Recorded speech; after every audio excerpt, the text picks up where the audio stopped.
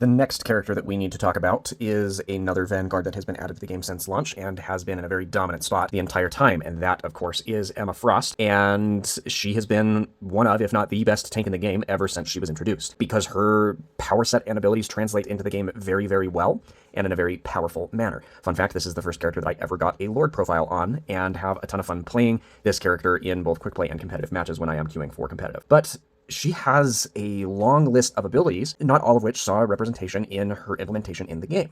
So if a new ability were to be given to her, what might that be? As you can see here, her condensed list of abilities is not as condensed as that term would have you believe. So she has three main sections, one being telepathic abilities, and within that is entailed mental sedation, paralysis, and suggestion, psionic blasts, shielding, and lightning, which is interesting, and I don't know that that's something that I want to put on Emma Frost. Mind reading and control, telepathic illusions, pain inductment, astral projection, power inhibition, and memory wiping. And then under shapeshifting into her organic diamond form, she gains superhuman strength, durability, stamina, nigh invulnerability, psychic immunity at the cost of greatly diminishing her psychic powers. And then finally, she does have that skilled hand-to-hand combatant.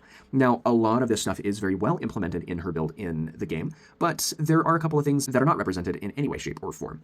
And I do have a thought as to something that could be added that's not going to push her too far beyond the limits of where she is currently. She has no shortage of abilities and a variety of them at her disposal that do toggle between her having her base form or her diamond form active.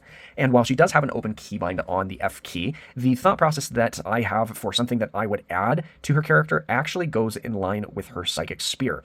Now, we all know this ability where she can extract a crystal from her enemies and then damage that crystal as well as the target, dealing 25% of the target's maximum health as damage if she's able to deplete the health of that crystal before the opponent either walks out of range or it despawns, as it does have a set time that it is active for. But one thing that I think would be interesting and in line with her abilities without overclocking her to a ridiculous degree is if there was an indication on the opponent that has had their sentience seized as to whether or not they have their ult available to them or not. I don't want a percentage readout. I simply want an indication of if they have that ability available. That gives you some intel to share with your team while being in line with something that Emma would be able to do with her power set. You could do that in the means of either having an icon appear above the health bar of the opponent that you have seized the sentience of, or you could slightly change the color or form of the crystal that is extracted from the opponent if that opponent has their ultimate available to them at the time that their sentience is seized. I don't think you want to have that take place after that. It's just an in-the-moment verification as to whether or not that's an ability that the opponent has available to them. But what do you think? Is there a different change that you would like to see made to Emma Frost? I know a lot of people really are kind of hoping for some of her abilities to get dialed back,